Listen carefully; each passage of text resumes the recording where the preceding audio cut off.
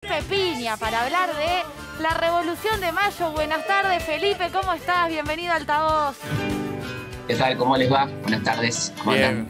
Muy bien, Felipe. Bueno, mira, acá estamos todos re felices de que estás acá. Están todos los pibes del país con preguntas para hacerte, pero te invitamos a ver antes el informe que hizo Tino y arrancamos, ¿te parece? Dale.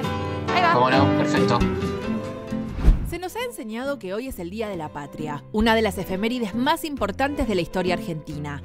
Pero ¿por qué la historiografía asignó esta fecha como momento de origen y no otra, como por ejemplo el 9 de julio? Es que Argentina, tal como la conocemos hoy, no existía ni en 1810 ni en 1816. Los próceres de aquella época no tenían un sentimiento argentino ni nacional, básicamente porque no existía nación alguna. ¿Y qué pasó por aquellos días? Luego de las invasiones inglesas a Buenos Aires en 1806 y 1807, que implicó la exitosa defensa del Río de la Plata por parte de criollos y algunas milicias improvisadas, en mayo de 1810 se conoció la noticia de la crisis de la monarquía española, tras la invasión de Napoleón a la península ibérica, que implicó correr al rey Fernando VII de su trono y apresarlo. Esa situación produjo lo que la historiografía llama como retroversión de la soberanía a los pueblos.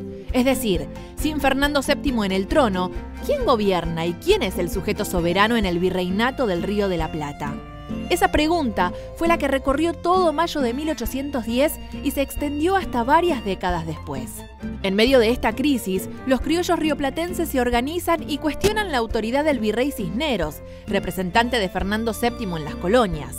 El 22 de mayo se hizo un cabildo abierto para discutir la reorganización del gobierno del virreinato y el 24 de mayo se conformó una junta gubernamental, pero que duró un suspiro. Estaba liderada por el virrey Cisneros y parte de sus secuaces. La élite criolla, con Belgrano a la cabeza, puso el grito en el cielo y la presión popular hizo que se convocara otro cabildo para el día siguiente. Finalmente, el 25 de mayo de 1810 se conformó la primera junta de gobierno que desplazó a Cisneros. No había consenso unánime, sino que existían, al menos, dos sectores bien marcados en esa primera junta. Mientras que detrás de Saavedra querían una autonomía con dependencia de la monarquía, los morenistas apuntaban a la independencia definitiva. Estas diferencias nos muestran que la historia, más que una línea de tiempo, es un campo de batalla. Es decir, no hay historia, hay historiadores. Como toda crisis y revolución, la de mayo de 1810 abrió más preguntas que respuestas. Sabemos que de ahí venimos y eso nos sirve como interrogante para preguntarnos qué somos, quiénes quedaron afuera de ese origen y hacia dónde vamos.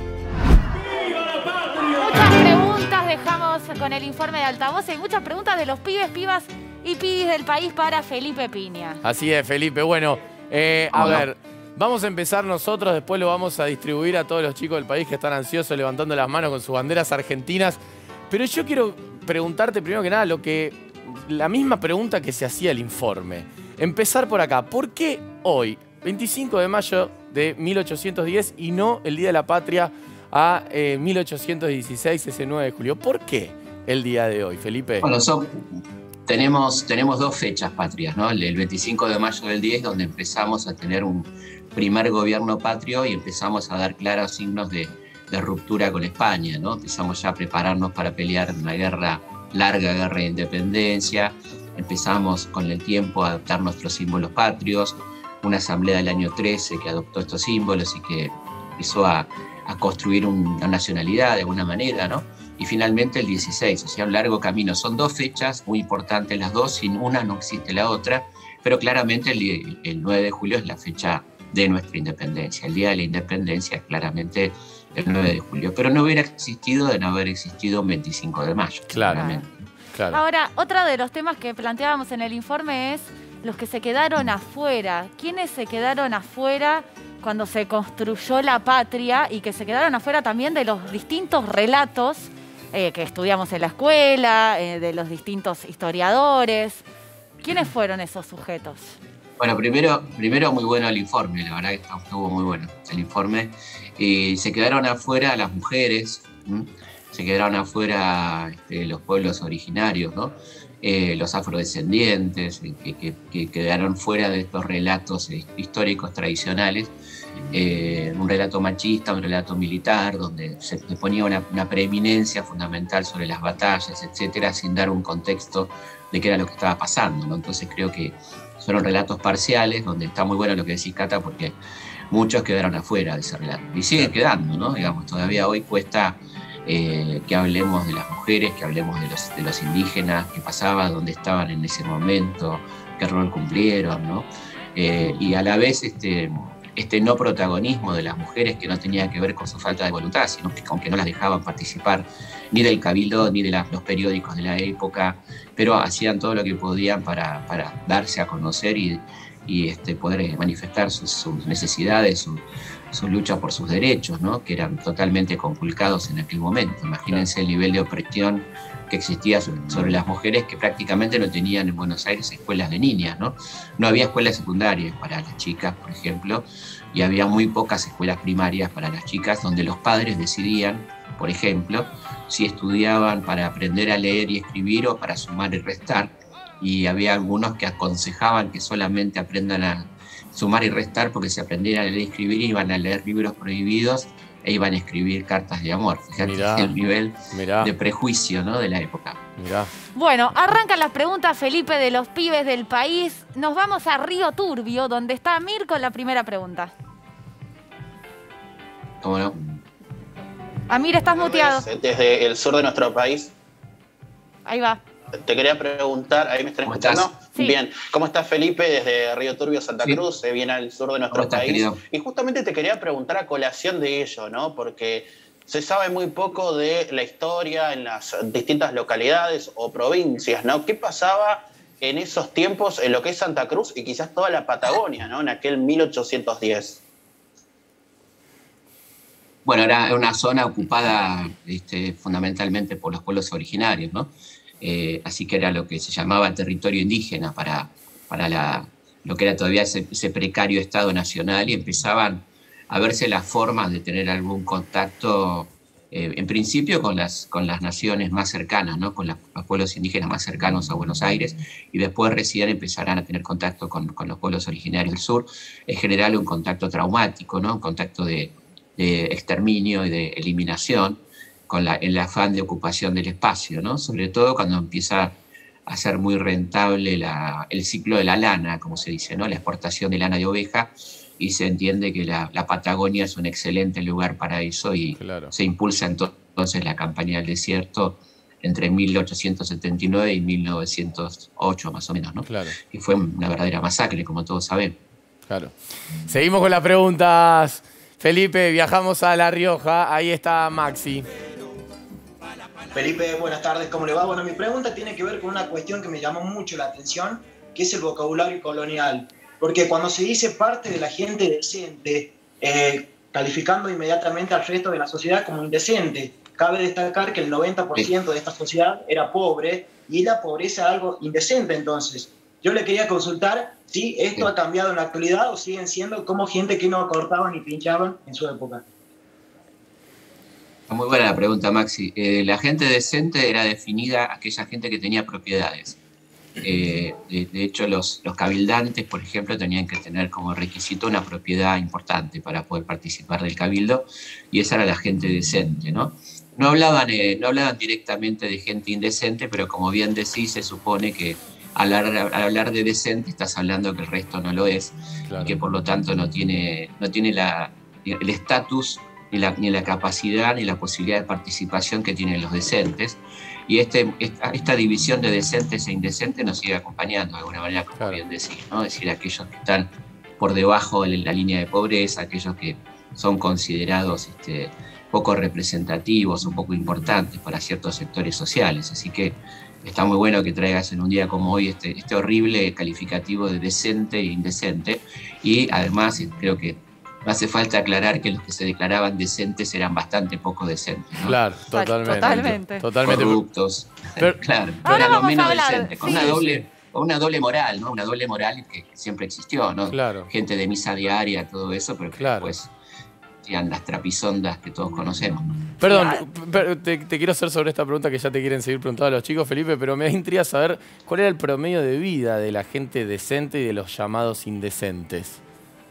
Qué buena pregunta. Los decentes, siempre entre comillas, decentes, podían vivir en promedio 50 años, 60, Sí.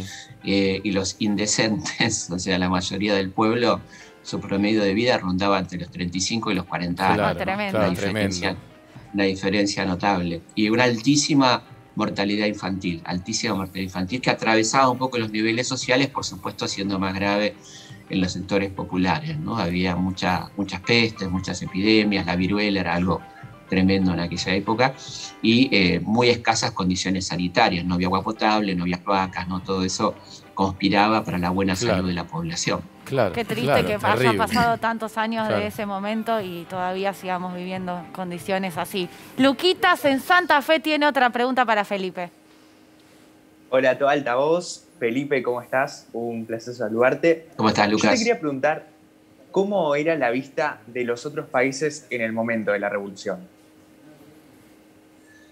¿Te referís a América o a Europa?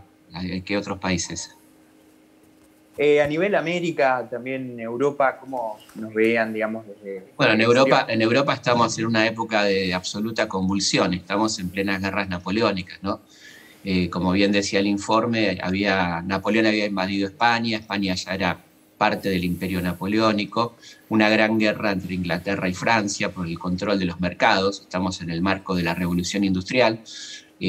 La historia rápida te pinta a Napoleón como un ambicioso, un loco que quería conquistar al mundo, pero más allá de la megalomanía de Napoleón, lo que estaba en disputa ahí era el poder el control de los mercados de las dos principales potencias de Europa, que eran Francia e Inglaterra, que querían colocar sus productos en el resto del mundo, ¿no? Era un momento de gran convulsión, porque habían caído las principales monarquías en manos de Napoleón, y ese tiempo que va del 10 al 15 será un tiempo de revoluciones, de mucha discusión interna en los países, ¿no? Y en el 15, por supuesto, vendrá la restauración con todo lo que eso implica cuando caiga Napoleón, ¿no? Una época de mucha creatividad artística, de grandes músicos, ¿no? Lo tenés ahí a Beethoven, por ejemplo, para hablar un poco del contexto literario también. El prerromanticismo, podríamos decir, ¿no? Una etapa prerromántica de la literatura y en la pintura. Y en América, bueno, una gran convulsión, como una situación similar a la nuestra, creaciones de juntas desde Caracas o desde México hacia el sur, en la medida que iba llegando la noticia, que llegaba por barco, con unos 5 meses de atraso, empezamos a reaccionar los americanos creando juntas que van desde México hasta Buenos Aires, ¿no? Claro. ¿Quiénes traían esa noticia, Felipe? Los barcos traían las noticias que junto con los productos venían los diarios, muy atrasados. Claro, venían los diarios, eso. Pensá que la convulsión de mayo se da por una noticia de enero, ¿no? Unas gacetas que vienen de Gibraltar, unas gacetas británicas que cuentan la calamitosa situación española, y cuando llegan a Buenos Aires esas gacetas, bueno, no hay manera de ocultar la realidad, el virrey ya no tiene ninguna legitimidad, y eso por eso es tan importante, pero han pasado 5 meses, ¿no? Claro. Hoy, por ejemplo, un dato de color interesante, cuando en Inglaterra se festeja el triunfo sobre Buenos Aires, es decir, la conquista de Buenos Aires por parte de Beresford, ya Buenos Aires ha sido reconquistada por los criollos, ¿no? Ellos están festejando algo que ya terminó, que fue el producto de la primera invasión inglesa de 1806, un gran desfile de la victoria, etcétera, etcétera, Claro. y ya Buenos Aires ha sido reconquistada. ¿Y con Whitelock pasa lo mismo después? Whitelock es muy fugaz, porque fíjate que la ocupación de Beresford es 45 días, somos 45 días colonia inglesa. Con Whitelock, la derrota de Whitelock es casi inmediata, menos de una semana, porque el pueblo estaba muy preparado, ¿no? Los famosos balcones, la grasa hirviendo, todo eso que existió y que fue muy importante para derrotar a un ejército de 14.000 hombres, ¿no? Los Highlanders, que era uno de los mejores ejércitos del Reino Unido. estamos hablando con Felipe Piña, que le está respondiendo a los pibes, pibas y pibis de todo el país sobre la Revolución de Mayo. Antes de irnos a Salta, que ya está Rocío ahí esperando con una pregunta, Felipe, yo te quería preguntar qué pensás. Hoy Royora, el historiador Royora, publicó un artículo hablando de la importancia del azar en la Revolución de Mayo, como un factor muy importante para entender. ¿Vos qué No pensás? lo leí, la verdad que no lo leí. Pero, Yo no creo mucho en el azar. En el azar mira. no creo mucho. No leí el artículo, no lo leí. No, Así habla de no te como que podría si no decir. se hubiera desencadenado, digamos, todo lo que se desencadenó en Europa, los patriotas de Argentina quizás nos hubieran avivado. Claro. Básicamente estoy resumiendo Sí, algo sí, mucho sí. más académico, pero... Sí, no sé si eso tiene que ver con el azar. Son momentos históricos que se aprovecharon y se venía trabajando para eso. Te imaginas que una revolución no se prepara en una semana, ¿no? Entonces, yo creo que había un caldo de cultivo previo, muchas reuniones que comienzan después de las invasiones inglesas, que continúan con el intento carlotista, ¿no? Cuando algunos patriotas hablan de coronar a la princesa portuguesa, como una excusa de ir avanzando hacia un modelo autonómico. Así que no sé si no leí el artículo, no Está podría bien. opinar puntualmente de qué dice, pero no creo mucho en el azar en la historia, ¿no? Bien. Me parece que tiene más que ver con... Puede haber situaciones azarosas, por supuesto, ¿no? Pero creo que este no es el caso. Me parece que acá hubo un trabajo muy importante de un grupo de patriotas que venían trabajando, por ejemplo, Belgrano desde 1794, ¿no? Con esos periódicos que fueron creando un clima de un caldo de cultivo, un pensamiento distinto, alternativo, ¿no? Entonces, que centrar esto en el azar me parece que es un poco minimizar lo que pasó en nuestra historia, ¿no? Rocío de Salta, siguiente Ahí pregunta. va. ¿Cómo están, chicos? ¿Cómo está Felipe? Bueno, mi pregunta va por acá, por mis pagos, por Salta, porque en esta época se hablaba de la Intendencia de Salta del Tucumán, que involucraba regiones tanto de lo que conocemos hoy en día de como Salta, como Jujuy, Catamarca, hasta Tarija, y me gustaría saber cómo hacían para mantener un control de un territorio tan grande, cómo se vivía en esa época en este territorio. Es mucho territorio para cuidar. ¿Cómo se hacía? Bueno, eso en esa época era muy controlado desde Potosí, desde las zonas importantes del Alto Perú, ¿no? Era una zona fundamental porque era el lugar de tránsito de La Plata, ¿no? La Plata venía del Potosí, pasaba por ahí, llegaba a Buenos Aires y se la embarcaba con rumbo a España. Así que esa zona era una zona, por eso es una zona de tanto combate, ¿no? De la guerra gaucha, de tu querido y mi querido Martín Miguel de Güemes, ¿no? Eso tendrá que ver con que es una zona fundamental de tránsito de la riqueza más importante que tenía el Virreinato del Río de la Plata, que era la Plata Potosina. Así que esa región era una región clave y por eso tanto combate, tanta masacre en esa zona de Tarija para abajo y de Tarija para arriba, ¿no? Claro. Era una zona fundamental del Virreinato, muy importante. Lo estamos escuchando, Felipe Piña. Es un placer escucharte, Felipe. Estamos todos atentos escuchándote acá. Es una breve clase de historia. Me encanta esto de hablar con compatriotas de tantos lugares del país, me pone muy feliz. Está bueno, lindo. está bueno. Y ahora viajamos a Río Gallego, Felipe. Ahí está Ian, te quiere preguntar. ¿Cómo estás, Felipe? Muy buenas tardes.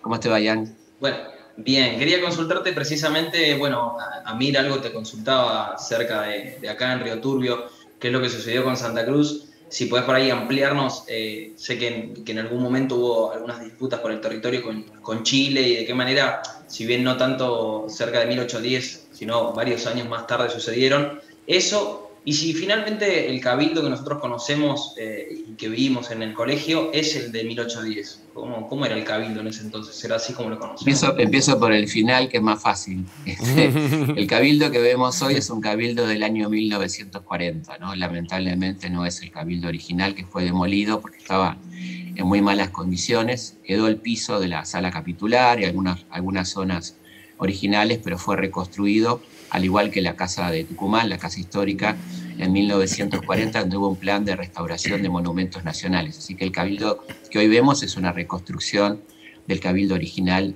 del siglo XVIII, ¿no?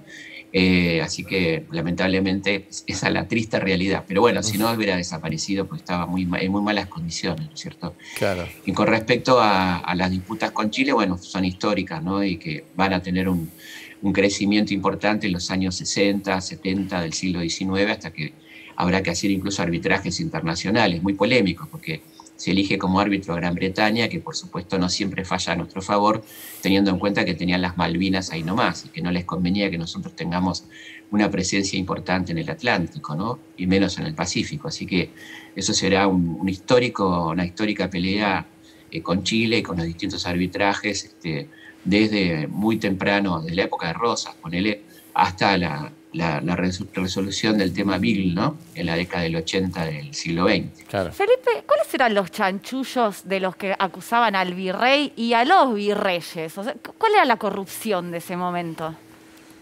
Y un gran corrupto fue el virrey Liniers, justamente, que tenía, hace un fondo patriótico.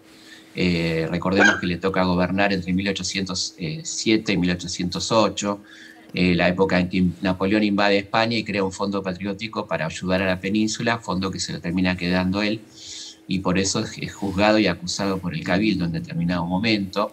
Es un poco el inventor de los ñoquis, es decir, no de los ñoquis tan ricos que comemos los 29, de los vagos. De los empleados públicos que no van a trabajar o que van solamente el día de cobro. Bueno, varias cosas de esas. No era el único, ¿no? Liniers, sino que seguía una tradición de mucho poder. El virrey era un tipo que tenía muchísimo poder local y que vivía muy ligado a actividades ilegítimas como el contrabando, por ejemplo, ¿no? Claro. El contrabando que la propia España favorecía, porque con ese sistema de monopolio que solamente le podíamos comprar y vender a España, una potencia que no tenía prácticamente industrias y que por lo tanto encarecía enormemente los productos vitales, la gente terminaba recurriendo al contrabando, tanto para exportar como para importar, ¿no? Y eran cómplices de ese sistema los gobernadores, los virreyes, había como redes de corrupción muy importantes, ¿no? Seguimos con las preguntas, ¿eh? Los jóvenes del país le están preguntando en este 25 de mayo a Felipe Piña y viajamos a San Luis ahora. Felipe, ahí está Bárbara. Bueno. Hola Felipe, ¿cómo estás? Un gusto saludar.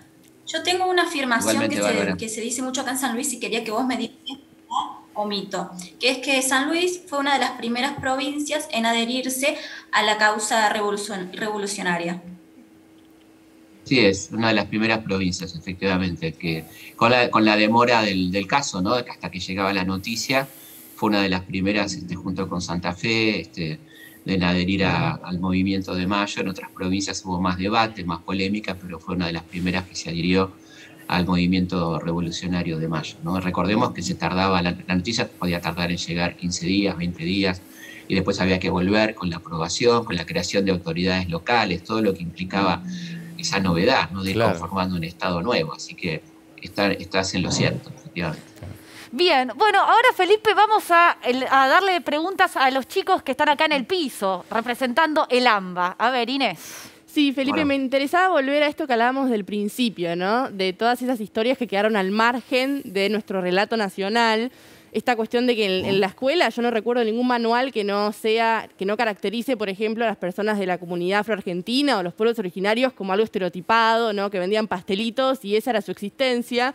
Y me interesaba saber cuál fue el rol en la revolución. Digo, ¿cuántas de estas historias que quizás quedaron en el anonimato o en el olvido fueron claves para nuestra independencia?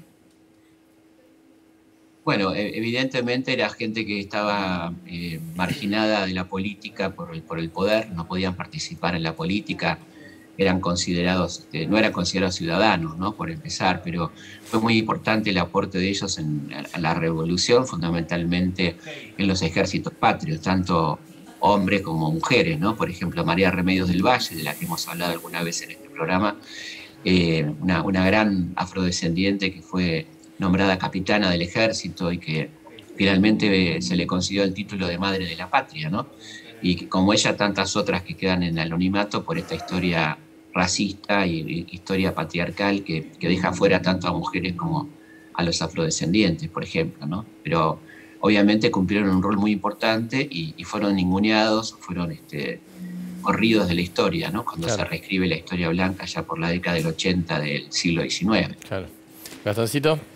Sí, a mí me interesa pensar cómo era la distribución de alimentos en ese entonces. Ahora uno va al supermercado y tiene una variedad y una cantidad de cosas para elegir gigantesca. En ese momento se iba a un lugar, se distribuía, no sé, no se me ocurre cómo podía ser. ¿Cómo era? Claro. Sí, había mercados, había un mercado en la Recoba y en algunos barrios donde llegaban las frutas, las verduras, la carne.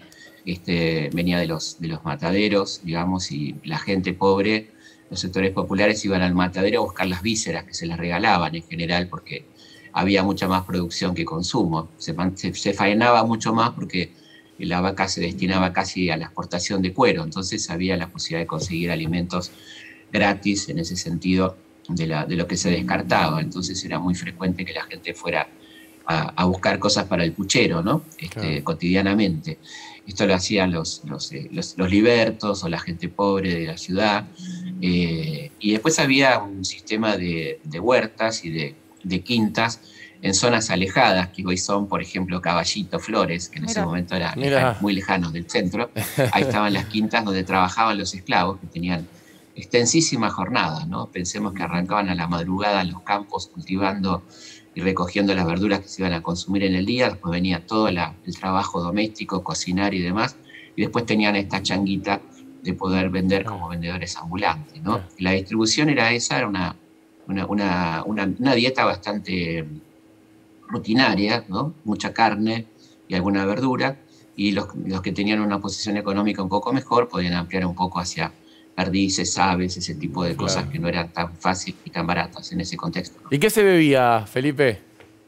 Se bebía aguardiente, que era una bebida popular, producto de la caña, eso venía de Tucumán. Era una bebida popular, digamos, una bebida blanca popular, y el vino que venía de Mendoza, el vino Carlón, era un vino que se hacía con mosto cocido para que no se avinagrara, de bastante baja calidad, digamos, pero era el vino popular, y por supuesto los sectores pudientes se traían vino de Francia, vino de Málaga, que llegaba por barco, ¿no? Bueno, pero aguardiente el y vino era una bebida muy... Digo, agua ardiente y vino era la única bebida, era fuerte, digo, para estar tomando eso. También llegaban otras bebidas, la cerveza por supuesto existía, era más complejo su traslado, ¿no? Pero estas eran las bebidas como básicas. En la pulpería se tomaba mucho aguardiente, que era una bebida barata y fácil de conseguir. Claro. Bueno, Felipe, llega la última pregunta de la mano de Ari Flow. Y me diste el pie justo porque nombraste las pulperías y nosotros ahora en un rato vamos a hablar con un payador. Yo te quería preguntar, en ese momento, había dos sociedades distintas, ¿no? La que podía y la que no podía. Sí. ¿Cuáles eran los movimientos culturales, como pasaban en las pulperías? Como hoy pasa por ahí con determinados estilos musicales, ¿cuáles eran los movimientos culturales de los barrios, del que salía a trabajar, del que estaba en el campo? ¿Con qué se entretenían, digamos? Bueno, los freestylers de la época eran los payadores. Bueno, genial. Claro. Era la forma de expresión popular más... Qué bueno que haya vuelto esto, ¿no? De la mano del trap y del rap. Que es la forma de expresión básica, ¿no? De la gente que requería una gran creatividad, ¿no? Hablar en verso, hacer poesía para decir. Se decía profundamente muchas cosas. Y ahí estaban los cielitos, que eran también formas de canciones de protesta. Hubo muchos cielitos en la Semana de Mayo contra el rey Fernando, ¿no? Era como el ritmo que se usaba para protestar, para hacerse expresar. Así que en las pulperías era donde se podía escuchar estas payadas, estos cielitos que se cantaban, o en los fogones. Hubo mucho fogón en la Semana de Mayo, ¿no? Una semana muy fría donde la gente hacía fogones y esperaba las noticias, y ahí guitarra en mano se iban cantando estos cielitos de protesta contra el rey Fernando, que recoge en un lindo libro Bartolomé Hidalgo, que era un poeta de la época que de alguna manera hace una recopilación de los cielitos antimonárquicos de la Semana de Mayo. 200 años después volvemos a la misma práctica. Totalmente. Felipe, bueno... Está buenísimo, está buenísimo. Un placer total tenerte, siempre es un placer sacarte en este programa. Y nos encanta, sí, un lujo, pues los chicos quedan muy contentos que te pueden preguntar. Y gracias, como siempre. También. Y los conductores también, obviamente. Bueno, un abrazo grande y muy feliz Día de la Patria. Igualmente para vos, Felipe. Gracias, Felipe. Hasta luego.